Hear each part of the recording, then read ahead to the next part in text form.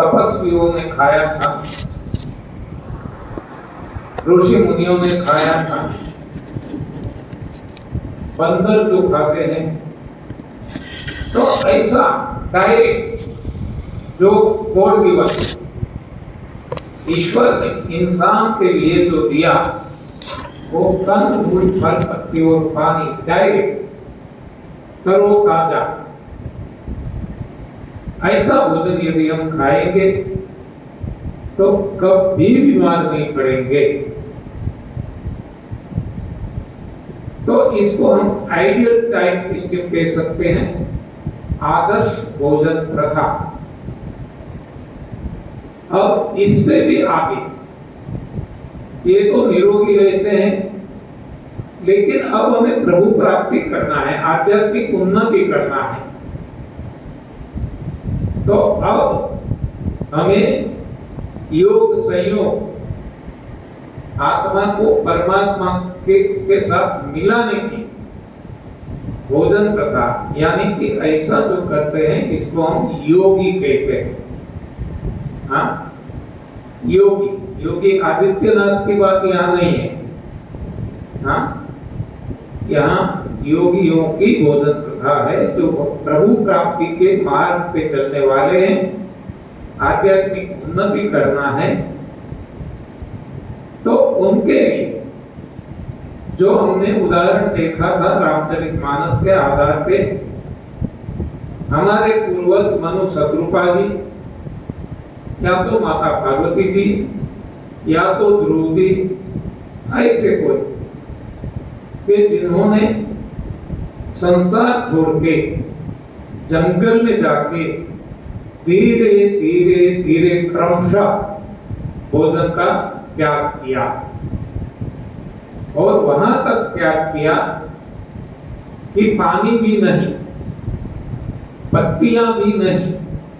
जब पत्तियां छोड़ी गई, हाँ, पहले कंद छोड़ा, बाद में फूल छोड़े, बाद में फल छोड़े, बाद में पत्तियां छोड़ी, फूल छोड़े, बाद में पत्तियां छोड़ी, और जब पत्तियां छोड़ते हैं तब माता पार्वती के बहुत सारे नाम हैं, इसमें एक नाम रह गया अपर्णा।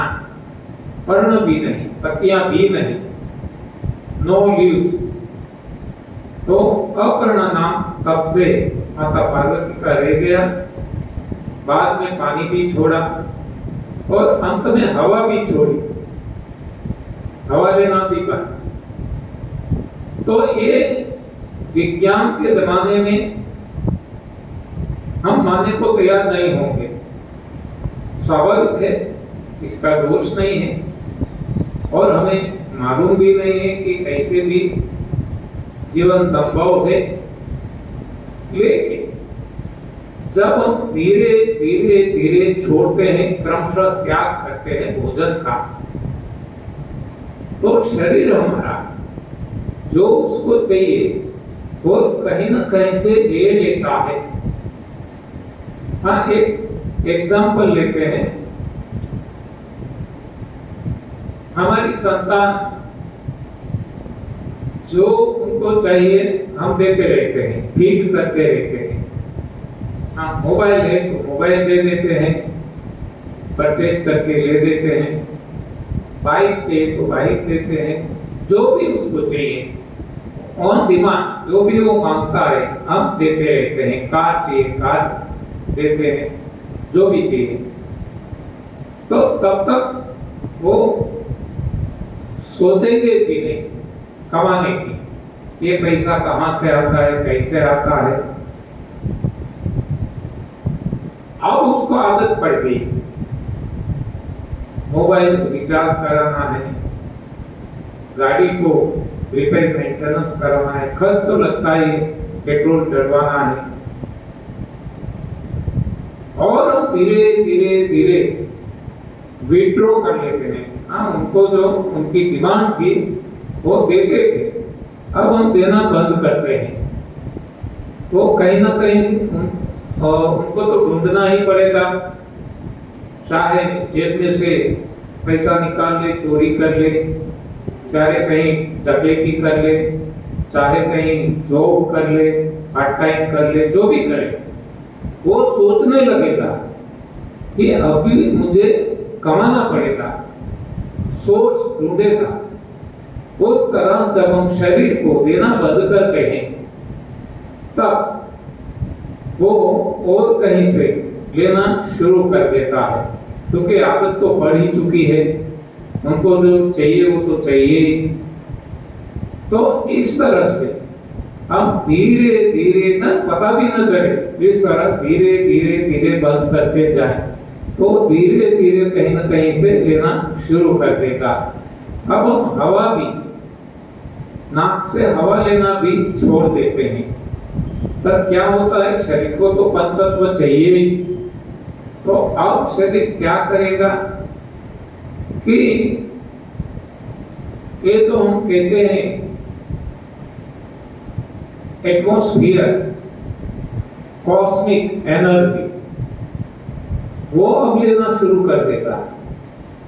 हाँ, क्योंकि हमको और कोई सहारा नहीं है, हम तो देते नहीं है। हम देखते हैं कि ये जो बड़े बड़े वृक्ष है, वनस्पति है, पेड़ पौधे हैं, तो वो भी ले लेते हैं, उनको मिल जाता है, भगवान देते हैं, भगवान हमें भी देते हैं, लेकिन हमने अपना सब कुछ आज तक लेते रहे, तो ये जो सूक्ष्म आहार है वो हम नहीं ले सकते थे। अब ये हमने बंद कर दिया धीरे धीरे धीरे स्थूल आहार, तो अब सूक्ष्म आहार जो भगवान तो देते ही हैं, वो हमारा शरीर ग्रहण करने लगता है।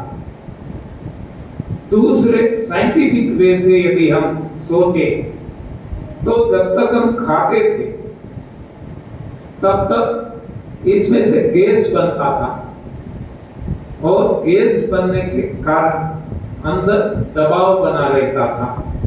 आज हमारे सभी के शरीर में दबाव बना है, और जो एटमॉस्फेरिक प्रेशर है, इससे ज्यादा प्रेशर हमारे भीतर है, क्योंकि खाने से, गैस बनने से। और यही तो वजह है कि हमारे शरीर से पसीना निकलता है, पेशाब निकलता है, मल मूत्र ये सब कुछ निकलता है, इसके लिए भी दबाव चाहिए, ऐसे नहीं निकलेगा। तो ये दबाव बनता है, ये जो खाते हैं इससे गैस होता है, इसके कारण। अब तो खाना पीना हमने स्टॉप कर दिया, तो अब क्या होगा कि अब मिनिमम जो रिक्वायरमेंट है शरीर की, वो क्या है, जो ऑटोमेटिक चल रहा है, ये ब्रीदिंग चलता है। ये ब्रीदिंग भी हम रोक देते हैं। तब की बात करें तो ये जो रुधिर विसरण तंत्र कहते हैं, ब्लड सर्कुलेशन, वो तो चलता ही रहता है, तो इसके लिए तो कोई ताकत चाहिए। तो ये ताकत अब कहां से मिलती है?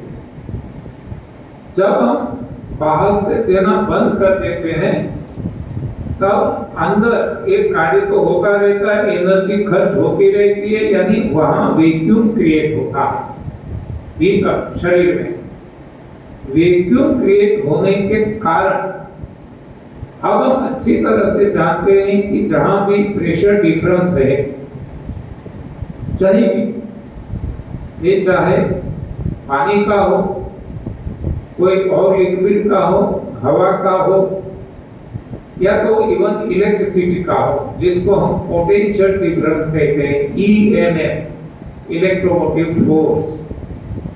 तो चाहे भी प्रेशर डिफरेंस है, वहां फ्लो चालू होता है, करंट चालू होता है, प्रवाह चालू होता है।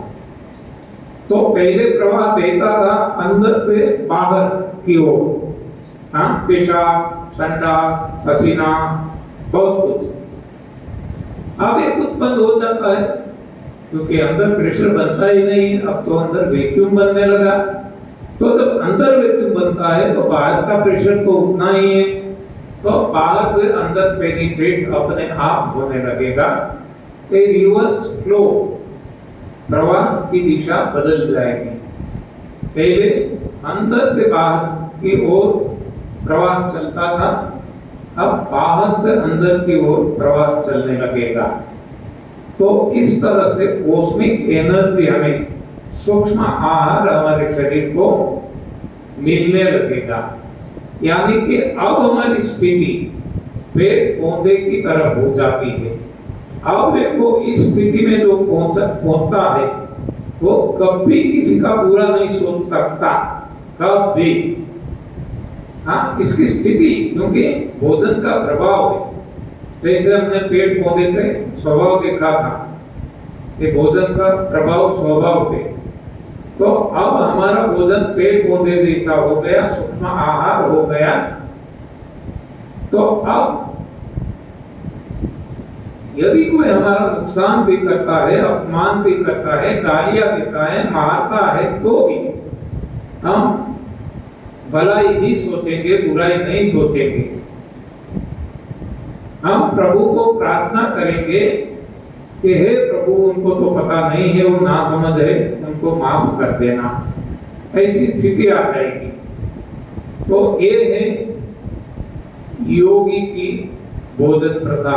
क्रमशः धीरे धीरे धीरे धीरे छोड़ते रहना, वहां तक कि हवा भी छोड़ दे। तो ये है योगी की भोजन प्रथा।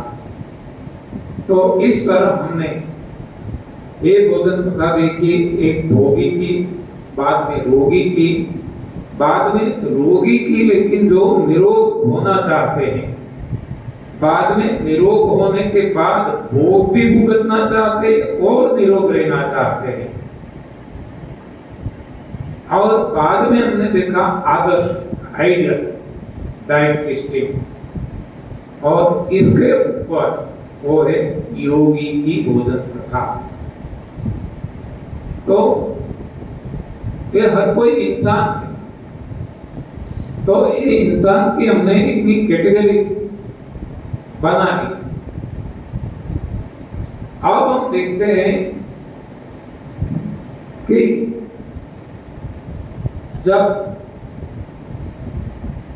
कोई लेडी, स्त्री प्रेग्नेंट होती है तो देखो उसकी भोजन प्रथा बदल जाती है। बदल जाती है या नहीं? प्रेग्नेंट लेडी की जो आज तक, जब तक वो नॉन प्रेग्नेंट थी, जो खाती थी, अब इसमें बदलाव आ जाता है। क्या बदलाव आ जाता है? समाज सोचता है, और समाज के हिसाब से वो खुद भी सोचते हैं कि अब तो हमें 2 जीवों का पालन करना है। तो अब वो ज्यादा दूध से बनी चीजें, मक्खन, घी, अरे वहां तक कि डॉक्टर सजेस्ट करते हैं आपको अंडे खाना है, तो ये खाने लगते हैं। नहीं, भोजन प्रथा बदल जाती है। प्रेग्नेंट लेडी, और जब डिलीवरी होती है तो डिलीवरी के वक्त भी भोजन बदल जाता है। आपको मालूम होगा डिलीवरी में भी खास प्रकार का भोजन प्रसूता को दिया जाता है, और प्रसूति के बाद भी ऐसी प्रसूता को खास प्रकार का भोजन दिया जाता है। हमें पता है हमारे काठियावाड़ में आज भी रिवाज है कि जब कोई स्त्री को डिलीवरी आती है, वो बच्चे को जन्म देती है, तो अपने मायके से वो लड्डू लेके आते हैं। मायके वाले आते हैं, आपके यहाँ है ऐसा रिवाज? हमारे यहाँ तो है, आज भी है। क्यों? कि विज्ञान ने ऐसा पढ़ाया कि ज्यादा से ज्यादा दूध देना है, ज्यादा से ज्यादा घी, और घी से बनी चीजें, और इसमें भी गूंद डालते हैं चिकनाई वाला। इतना भारी भारी भारी भोजन खिलाया जाता है।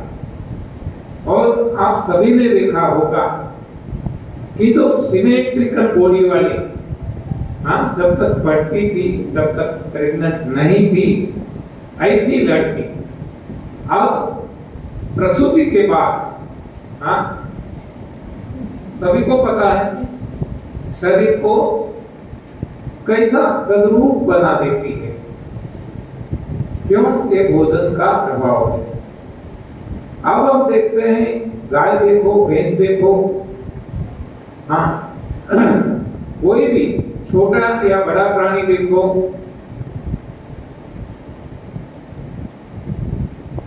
कोई भी अपना भोजन बदलते हैं क्या? हाँ, जो हम बदलते हैं ऐसा कोई भोजन बदलता है? गाय ले लो, भैंस ले लो, बकरी ले लो, छोटी सी चोटी कहो, कीड़ी, हाँ, या तो बड़े बड़े कोई भी हाथनी, शेरनी, कोई भी अपना भोजन बदलते हैं।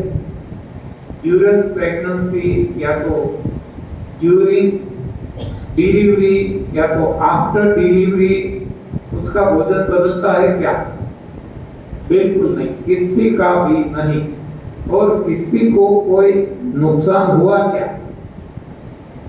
हाँ, एक घी दूध नहीं दिया, दूध नहीं दिया, ऐसे लड्डू या तो सुखड़ी जो भी कहे, खास प्रकार के बनाते हैं, क्या क्या नहीं डालते, इतना मसाला डालते हैं, जावंत्री, ये वो, मुझे तो मालूम नहीं क्या क्या नहीं डालते।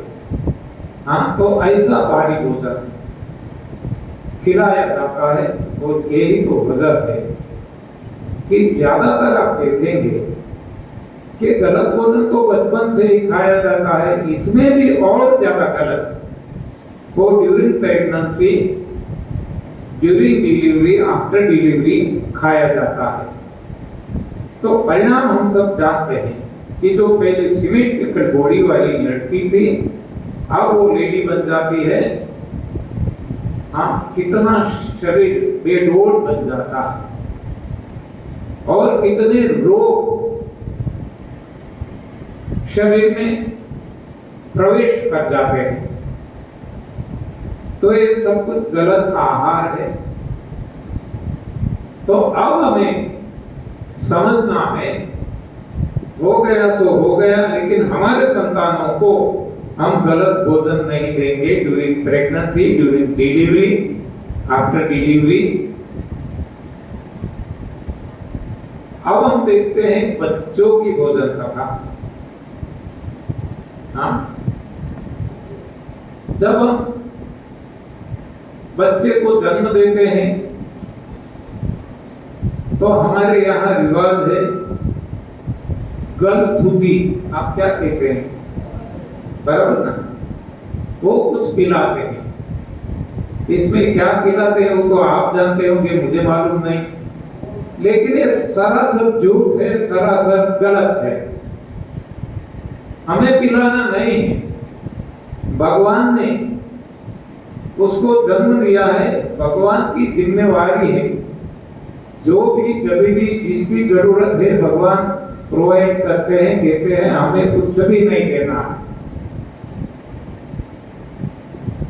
हमारा बच्चा जन्म के बाद हाँ रोता नहीं है। हाँ, नॉर्मली तो रोता, कभी कोई बच्चा बालक रोया नहीं तो क्या करते हैं? नर्स है, डॉक्टर है, या तो माता है, या तो बराबर ना, हाँ, मार मार के रुलाते हैं। हाँ, कैसी मानसिकता आप देखो तो सही। ये रोने के लिए जन्म दिया है क्या? अरे हंसने के लिए दिया है, आनंद मौज मजा मस्ती के लिए दिया है। हम क्यों कभी नहीं सोचते कि गाय का बच्चा, भैंस का बच्चा, हाँ, कोई भी बच्चा ले, सृष्टि में जितने भी प्राणी हैं, नर और मादा है, और हर किसी को बच्चा होता है। तो कोई किसी का बच्चा रोता है क्या और कोई रुलाते हैं क्या? लेकिन क्या हमने कैसा विज्ञान अपना बना लिया मालूम है। बच्चे को कुछ भी नहीं खिलाना है, कभी भी नहीं खिलाना है, और हम इसके पीछे पड़े रहते हैं, खा ले खा ले खा ले। हाँ, उसको नहीं खाना है, भूख नहीं है, इच्छा नहीं है, तो जब खिलाने को जाते हैं तो तोड़ता है।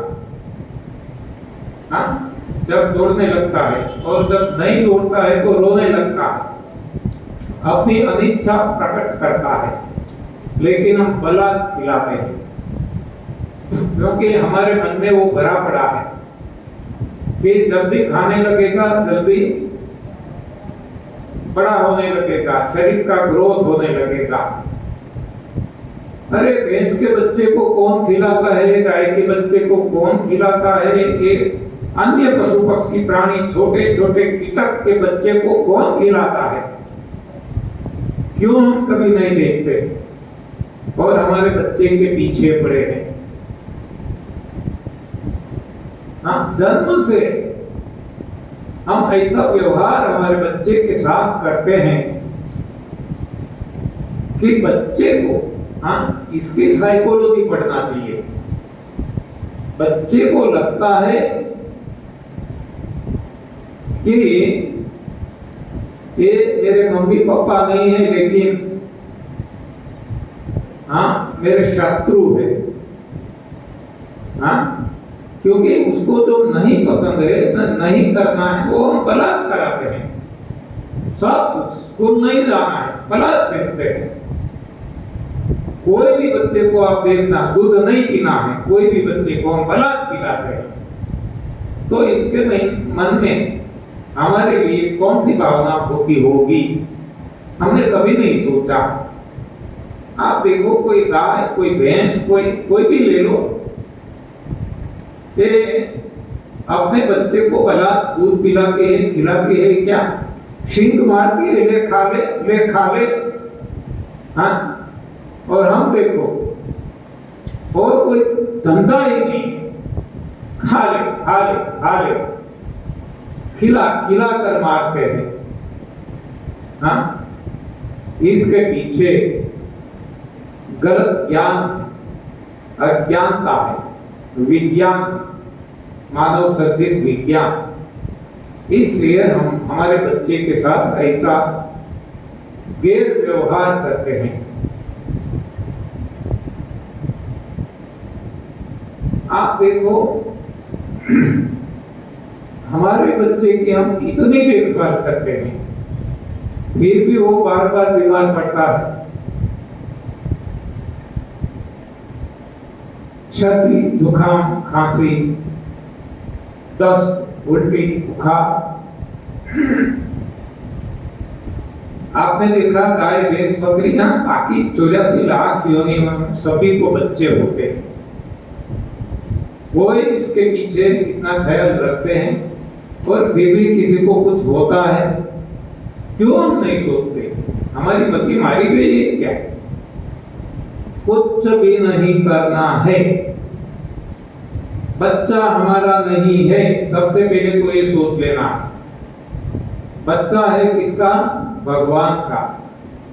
भगवान की एक प्रोडक्शन है, और हम केवल एक फैक्ट्री है, हम केवल एक फ्रेंचाइजीज है, वो प्रोडक्शन हमारा नहीं। तो ये बच्चा हमारा है ऐसा मान लेना, ये सबसे बड़ी गलती है। हम कई सालों तक किसी के मकान में किराए पे रहते हैं, तो मकान हमारा नहीं हो जाता। ये तो केवल 9 महीना हमारे पेट में रखते हैं तो हमारा हो जाता है क्या? हाँ, कैसा पागलपन है। ये भगवान का दिया हुआ है, अमानत है भगवान की। हम तो केवल ट्रस्टी है, हम तो केवल फ्रेंचाइजीज है, हम तो केवल एक माध्यम है, हम चैनल है, जो भी जिस तरह से हम समझे। तो अब हम फर्ज अदा करेंगे, लेकिन उसको कुछ भी हो जाए, हमें जो आज दुख होता है वो दुख अब नहीं होगा यदि सही समझ ले तो, क्योंकि ये प्रॉपर्टी हमारी नहीं है, तो भगवान की है, भगवान ने दी हुई है। हम तो केवल और केवल ट्रस्टी है, हमें मुआवजत करना है, हाँ हमारा नहीं है। लेकिन हम फंस गए, हम आसक्त हो चुके हैं और इस हिसाब से हम दुखी रहते हैं। कुछ भी हो जाए इतना दुखी, और वो भी हमारी गलती से होता है जो हम जानते नहीं। तो बच्चों की भोजन प्रथा कैसी होनी चाहिए? जैसे अन्य प्राणियों की बच्चों की भोजन प्रथा आप देख लो। जो गाय खाती है, बैल खाता है, वो ही उनके बच्चे खाते हैं। जो भैंस और भैंसा खाता है, वो ही उनका बच्चा खाता है। कोई भी ले लो, सारे संसार में 84 लाख योनियों में जो भी अपने माँ बाप खाते हैं, वो ही उनके बच्चे खाते हैं। तो हमारे लिए जो सही भोजन है, कंद फल पत्ते और पानी, वो ही भोजन बच्चे के लिए है। बच्चे के लिए कोई खास नहीं है, हम खास खिलाते हैं। और इसी हिसाब से बच्चों के शरीर में हम रोगों को इम्प्लांट करते हैं। नहीं तो बच्चे क्यों रोगी होते हैं? वो कभी नहीं होंगे, और सभी प्राणियों के नहीं होते, तो हमारे क्यों होते हैं? ये गलती हमारी। तो ये गलती को यदि सुधार लेंगे, हर कोई बच्चे देखो प्रकृति की गोद में पलते हैं, जबकि हमारे बच्चे हम हमारी गोद में ले लेते हैं। हाँ, सबसे बड़ी गलती है। हम जानते हैं लेकिन मालूम नहीं क्यों। ये गलत भोजन का प्रभाव होगा। हम कहते हैं ना, पप्पा कहते हैं बड़ा नाम करेगा, बेटा हमारा ऐसा काम करेगा, मगर यारो कोई न जाने मेरी मंजिल है कहाँ। पापा कहते हैं बड़ा नाम करे, बस हमें यही चाहिए, नाम होना चाहिए, हाँ ख्याति होनी चाहिए, प्रख्याति होनी चाहिए। इसके लिए धन दौलत चाहिए। तो आगे बताया है, इंजीनियर बनेगा, व्यापारी बनेगा, धन दौलत कमाएगा, हाँ। लेकिन इससे भी आगे बताया कि इन लोगों को इसके अलावा कोई काम ही नहीं है, बस वो तो वही सोचते रहते हैं। और बच्चों को हम एक रेस में लगा देते हैं, पीछे ना रह जाए हमारा बच्चा। कैरियर बनाना, क्या करना है कैरियर बना के, हाँ। आगे वो कहता है उसी पिक्चर के गाने में कि वो प्रकृति की गोद में खेलना चाहता है। उसको ये सब बंधन पसंद नहीं है। लेकिन हम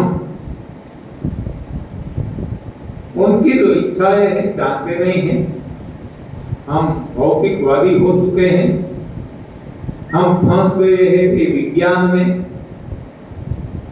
और बच्चों को, हमारे बच्चे को भी आजादी नहीं देते, बेलियां लगा देते हैं खान पान की, एजुकेशन की। हाँ, एजुकेशन प्रकृति से मिलता है, कहीं से नहीं मिलता। हम अपने आप सीख जाते हैं हर कोई। और पैसा भी कमाना है, कोई कोई जरूरी नहीं है कि कोई इंजीनियर बने, कोई डॉक्टर बने, कोई एमबीए बने। देखो जितने भी इंडस्ट्रियलिस्ट है बड़े बड़े, ज्यादातर आप देखेंगे वो अनपढ़ है और पढ़े लिखे उनके ग्रंथ है। हाँ, तो पैसे के लिए पढ़ना भी जरूरी नहीं है। ये तो एक भेड़ बकरियों का माहौल बन चुका है कि हर कोई बें बें बें करते वो प्रवाह में चलने लगते हैं। तो हमें इससे प्रवाह में नहीं जाना है, हमारे बच्चे को इससे प्रवाह में नहीं डालना है। हमें तो कुछ और बनाना है, कुछ स्पेसिफिक। वैसे देखो तो हमें बनाना ही नहीं है। जब हम ऐसा सोचेंगे तब हम हमारे विचार बच्चों पे ठोक देंगे। यदि वो उसको पसंद नहीं है तो उनके लिए ये बोझ बन जाएगा। वो हर दिन मानसिक तनाव में रहेगा, वो डिप्रेशन में जा गिरेगा। और कितनी बार हमने देखा है कि ऐसे बच्चे जिसपे माँ बाप का दबाव ज्यादा है, समाज का दबाव ज्यादा है, और उसको लगता है कि मैं अपने माँ बाप की, समाज की इच्छा की पूर्ति नहीं कर पाता हूँ, मैं कमजोर हूँ, तब वो सुसाइड कर लेता हूँ। हाँ, तो ऐसी स्थिति हम क्यों निर्माण करें? हर कोई अव्वल नंबर नहीं ला सकता। हाँ, छोड़ दो फिर, जो भी उनके भाग में है वो मिलने ही वाला है। वैसे हम कहते हैं तो भाग में वो ही मिलता है, जब भी भाग में है उस वक्त मिलता है, जितना है उतना ही मिलता है। ऐसी अच्छी अच्छी बातें हम करते रहते हैं, लेकिन जब हमारे नीचे जब पानी का रेला आता है तब हम विचलित हो जाते हैं। तो भगवान के भरोसे पे बच्चों को छोड़ दिया जाए, यही सही संस्कार है। और बच्चों की भोजन प्रथा जो भगवान राम ने खाया, देखो माता सीता जी और भगवान राम ने जो खाया वो ही उन्होंने अपने दो लड़के थे ना, लव और कुश, उनको खिलाया, आश्रम में रखे, और वही कंद मूल फल पत्ते और पानी खाया। और देखो कितने बलवान, हाँ, शारीरिक, मानसिक, बौद्धिक, चैतिक, हाँ, बुद्धिमताम श्रेष्ठम, हर किसी को हराया, शारीरिक बल से भी और बौद्धिक बल से भी। तो ऐसे बच्चे, ऐसे संतान कब होंगे? एक है सही भोजन खाएंगे, प्राकृतिक आहार खाएंगे, तब दूसरा है कि हमारा जीवन हम प्रभु सेवा में लगा देंगे। देखो भगवान राम को तो गद्दी मिलती थी, लेकिन उन्होंने ऐसा कुछ नाटक रचाया कि मथुरा की मती फेर दी, उसने कैकेयी की फेर दी, उसने 2 वचन मांगे। देखो वचन भी नहीं दिए थे। हाँ, दशरथ जी ने हाँ नहीं की थी, राम तुम वन में जाओ ऐसा नहीं बोला था, नहीं कहा था। वो भरत को गद्दी देने के लिए तैयार हो गए थे। कोई बात नहीं, राम को गद्दी नहीं देंगे, हमारी परंपरा टूटे, कोई बात नहीं। लेकिन राम को वनवास को बिल्कुल हरगिज मंजूर नहीं था, और फिर भी राम ने वनवास पसंद किया। यहां हम एक बात और भी देख सकते हैं कि हम कहते हैं माँ बाप की आज्ञा का पालन करना चाहिए। मेरे हिसाब से माँ बाप की आज्ञा का पालन अवश्य करना चाहिए, लेकिन विवेक बुद्धि के साथ। हाँ, एक बार वापी के पास टुकवाड़ा गांव है, वहां सवाल जवाब के सेशन में किसी ने मुझे पूछा, सूरत का एक भाई, सूरत के भाई थे शाह, जो इससे रिलेटेड नहीं था, नई भोजन प्रथा जो कैंप चलता था इससे रिलेटेड नहीं था, फिर भी उन्होंने पूछा कि मैं बहुत जगह पूछ चुका हूं और मेरी शंका का समाधान नहीं होता है, इसलिए इररिलेवेंट होने के बजाय भी मैं आपको पूछना चाहता हूं कि श्रवण तो हमें पता है, माँ बाप को यात्रा कराने के लिए उस वक्त कोई वाहन तो मिलते नहीं थे, पैदल यात्रा और अपने कंधे पे बोझ लेके, कावड़ लेके वो यात्रा करवाई। तो उनका सवाल था कि श्रवण की मौत कमौत हुई, नेचुरल डेथ नहीं हुआ, और श्रवण के माँ बाप की मौत भी कमौत हुई, ऐसा क्यों? मेरे लिए तो मेरे मन में कुछ था ही नहीं, ऐसा सवाल भी हो सकता है। हम तो भोजन रिलेटेड, रोग रिलेटेड की बातें करते हैं, वो भी जो हमारा अनुभव है वो सुनाते हैं। उन्होंने अब ऐसा सवाल किया, अब मैं जवाब क्या? एक तो मेरे पास जवाब था कि आई डोंट नो, लेकिन स्वतः भीतर से आत्मा की आवाज आई और वो जवाब मैंने उनको दिया कि देखो, श्रवण के माँ बाप तो अंध थे, अंध यानी केवल आंखों से अंध नहीं, वैसे भी अंध थे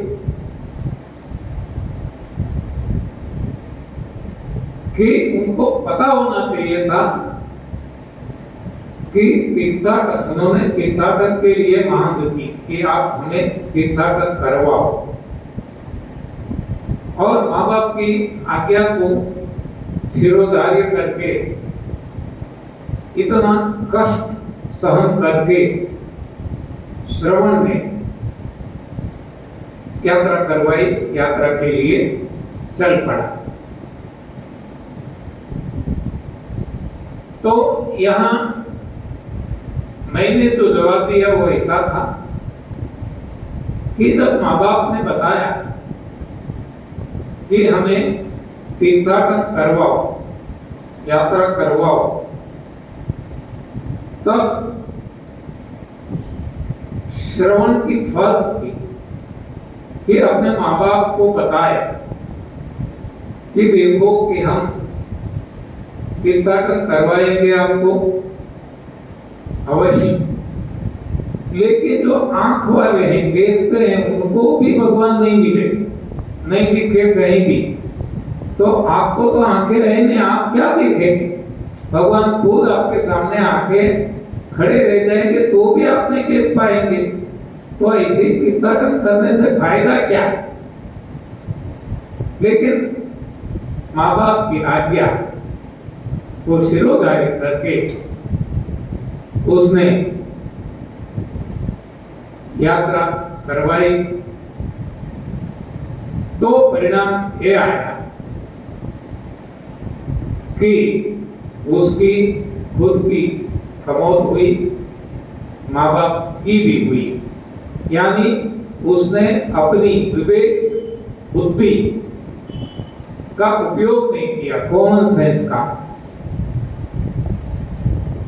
एक है, दूसरा भी कारण है, कारण अनेक हो सकते हैं। हाँ, जब हम कहते हैं कृष्ण भगवान के अवतार के कितने कारण, अनेक कारण होते हैं, एक नहीं होता। उसी तरह भगवान राम के जन्म लेने का कारण अनेक होते हैं।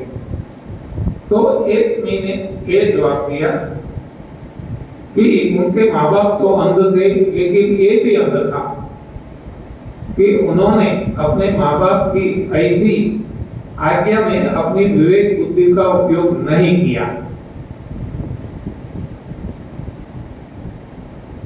तो उन्होंने फिर मुझे पूछा कि कोई प्रमाण में कहां ढूंढने जाओ। फिर भी भीतर से जवाब आया, हाँ प्रमाण है। क्या? भगवान राम का। हाँ, भगवान राम, उन्होंने अपनी माँ बाप की आज्ञा की अवज्ञा की। देखो, दशरथ जी ने नहीं कहा कि आप वन में जाओ। यदि उन्होंने कहा होता और वो गए होते तो आज्ञा का पालन कह सकते हैं, लेकिन आज्ञा का उल्लंघन किया। कोई भी उनकी मां राजी नहीं थी। और फिर भी उन्होंने वनवास किया, क्योंकि वो विवेक बुद्धि उन्होंने कि मुझे जो जन्म मिला है सेवा के लिए मिला है, भोग भुगतने के लिए नहीं मिला है। तो मैं सेवा के लिए मेरा जीवन सारा समर्पित कर दूं। और भगवान राम ने अपने माँ बाप की आज्ञा की अवज्ञा की। और देखो, हाँ, आज भी उनको हम अच्छे भाव से याद करते हैं। भगवान कहते हैं उनको, क्योंकि इसके पीछे उनका समर्पण है। सारा जीवन समर्पित कर दिया सेवा के पीछे। यदि माँ बाप का कहा माना होता तो नहीं जाते कभी वन में। तो विवेक बुद्धि का उपयोग वो भी जरूरी है, जो श्रवण ने नहीं किया और भगवान राम ने किया। तो ये मेरी अपनी सोच है, वो कहीं भी नहीं लिखी है। कोई भी शास्त्र आप पढ़ेंगे कहीं भी है तो मुझे पता नहीं है, लेकिन उस वक्त जो मुझे भीतर से आवाज आई वो मैंने जवाब दे दिया। तो विवेक बुद्धि का उपयोग भी जरूरी है हर कोई क्रिया में। भगवान ने बुद्धि तो इसलिए दी है, कॉमन सेंस, हम तो सुपर सेंस वाले हैं, फिर भी हम विवेक बुद्धि का भी उपयोग नहीं कर सकते हैं, क्योंकि विज्ञान को हमने सही ज्ञान मान लिया है, सर्वे सर्वा मान लिया है। तो जो भी कार्य हम करें इसमें हमें हमारी विवेक बुद्धि का उपयोग करना जरूरी है, नहीं तो गलत परिणाम मिल सकते हैं। तो ये 2 दिन हमने जो बातें की, जो 12 दिन में भी करते हैं और 12 दिन में भी समय कम पड़ता है, क्योंकि ये हरि कथा, हरि अनंत, हरि कथा अनंता, इसका कोई अंत नहीं है। जितना समय मिलता है उस तरह अंदर से आता रहता है, आता रहता है, आता है, प्रवाह निकलता रहता है।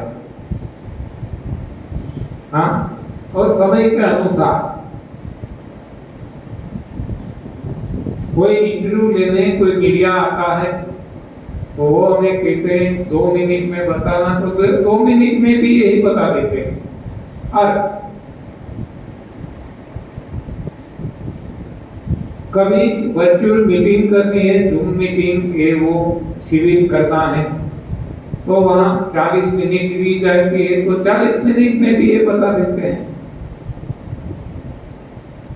तो ये सब कुछ भीतर से आता है। हमारे तो केवल ये लिप्स कहते हैं ना, होठ, वो ऐसे दिखाई देते हैं, खुलते हैं, बंद होते हैं। बाकी अविरत वाणी जो निकलती रहती है वो तो दिव्य वाणी है, प्रभु वाणी है, हमारा कुछ नहीं है। मुझे मालूम है कि कई कई बार तो मुझे नींद आ जाती है और फिर भी ये अनइंटरप्टेड चलती रहती है, डाइवर्ट भी नहीं होती। तब हम मान सकते हैं कि दिव्य वाणी है, आत्मा की वाणी है, भीतर से निकलती है। इसको हमारे देश से कोई लेना देना नहीं है। हम जागृत है या हम सो गए हैं, इससे कोई लेना देना नहीं है। वो निकलती है तो समय के अनुसार उसको पता है कि कितने समय में कितना बताना है। वो काट देते हैं, ऐसे जो हम करते हैं ना, कोई वीडियो है लंबा है तो काट कर एडिट कर सकते हैं, छोटे को लंबा भी कर सकते हैं। तो ये सब कुछ करने वाला कोई और है, हम तो केवल एक माध्यम है। जैसा मैंने बताया कि संतान हमारा नहीं है, हम तो केवल एक माध्यम है। तो ये सारी सृष्टि चलाने वाली कोई शक्ति, परम शक्ति, परम कृपालु परमात्मा, जो हमारे बस में नहीं, जिसको हम देख नहीं सकते लेकिन अनुभूति हो सकती है। इसलिए कहा गया है रामचरितमानस में कि प्रकृति पार प्रभु सब उर्वासी। हर किसी के शरीर में है, लेकिन देखो कोई वैज्ञानिक सारा शरीर चीर फाड़ कर डाले, कहीं भी भगवान को नहीं वो पकड़ सकेगा, न मन को पकड़ सकेगा, न बुद्धि को पकड़ सकेगा। क्योंकि ये सब सूक्ष्म बातें हैं, जबकि हमारा जो साइंस है, विज्ञान है, उसकी पहुंच वहां नहीं है। इसलिए इसको प्रकृति पार कहा गया है। एनीवे, तो कल का दिन हमारे लिए प्रश्नोत्तर है, सवाल का जवाब दिया जाएगा। जितने भी सवाल आपके मन में उठे हैं, इसमें से कई सवालों के जवाब आपको मिल चुके होंगे, फिर भी जितने बाकी है वो आप मुझे लिख के यहाँ पहुंचा देना, हिंदी में, गुजराती में, इंग्लिश में। और जो भी आप लिखो जरा सुवाच्य अक्षर से लिखना। कोई ऐसे लिखते हैं कि पता ही नहीं चलता। गांधी जी जैसे अक्षर निकालते हैं, खुद गांधी जी भी पढ़ नहीं सकते। ऐसा तो कुछ अच्छे ढंग से निकालो कि जो हम पढ़ सकें और आपको जवाब दे सकें। तो कल सुबह 9:30 बराबर वही समय है ना हमारा, यहाँ मिलते हैं। आप जितना हो सके ज्यादा, आपके मन में जितने सवाल उठते हैं, बिल्कुल ऐसा मत सोचो कि ऐसा सवाल हम कर सकते हैं क्या। सवाल करो, मैं जितना जैसा भी जानता हूँ जवाब दूंगा, नहीं जानता हो तो मैं बोल दूंगा मैं नहीं जानता। तो आप सवाल अवश्य करो। आपके मन में कोई शंका का कीड़ा नहीं जाना चाहिए, नहीं तो ये आपको नींद नहीं आने देगा। ओके, धन्यवाद, आभार, प्रणाम।